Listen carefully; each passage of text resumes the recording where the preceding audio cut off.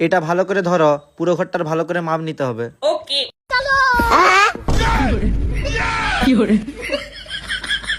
হয়ে গেছে। ধরো। চিরদিন তোমারই তো থাকবো। চায়ে তো একটুও মিষ্টি হয়নি। চিনি আনতে গেছে, এক্ষুনি চলে আসবে। কখন চিনি আনবে? ঘর থেকে বেরিয়ে পড়ছে, 5 মিনিটের মধ্যেই চলে আসবে। रुको जरा सबर करो। কত টাকা দেবো? 10 টাকা দাও। কি হলো? নোটা গান্ধীজি কথা। গান্ধীজি স্নান করতে গেছে, 10 মিনিট পরেই চলে আসবে।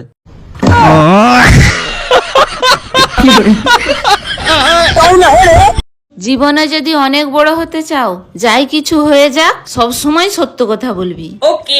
কি রে তাপসী, কি করতেছু? ঢ্যামনা খচ্চরটা আবার চলে এসছে।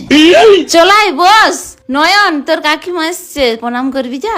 কাকিমা এসছে? তুমি তো বললে ঢ্যামনা খচ্চরটা আবার চলে এসছে।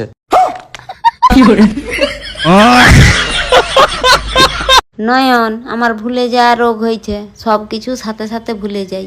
কবে থেকে এই রোগ হয়েছে? রোগ হয়েছে? কি রোগ? একটাই রুটি ছিল, তুই খেলে। তুমি তাহলে কি খাবে? তোর খা মানে আমার খা, তুই খেলে। মা আমার জন্য কত ভাবে, নিজে না খেয়ে আমাকে একটাই রুটি ছিল সেটাও দিয়ে চলে গেছে। আমি হাফটা রুটি মাকে দিয়ে আসি।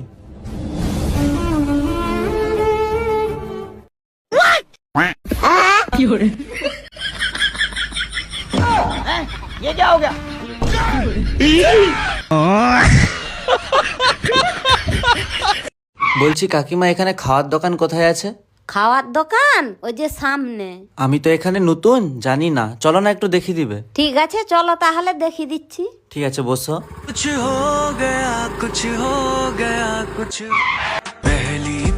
এই দোকানটায় খেয়ে নাও যা খাওয়ার। তুমি একটা খাও। না না, খাবো নি। আরে একটা খাও না।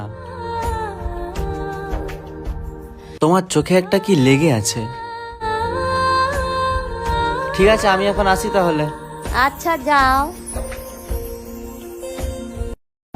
ওই তোর একটা ভিডিও ভাইরাল হয়েছে, দেখুন না, এই দেখ না, এই ভিডিওটা।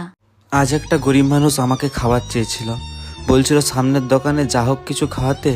আমি তার কষ্ট না দেখতে পেরে তাকে বিস্কুট কিনে দিলাম। বিস্কুট খেতে না খেতেই তার চোখে কান্না চলে এলো, কিন্তু ওটা ছিল খুশির কান্না, কারণ সে অনেক দিন না খেয়ে কাটিয়েছিল।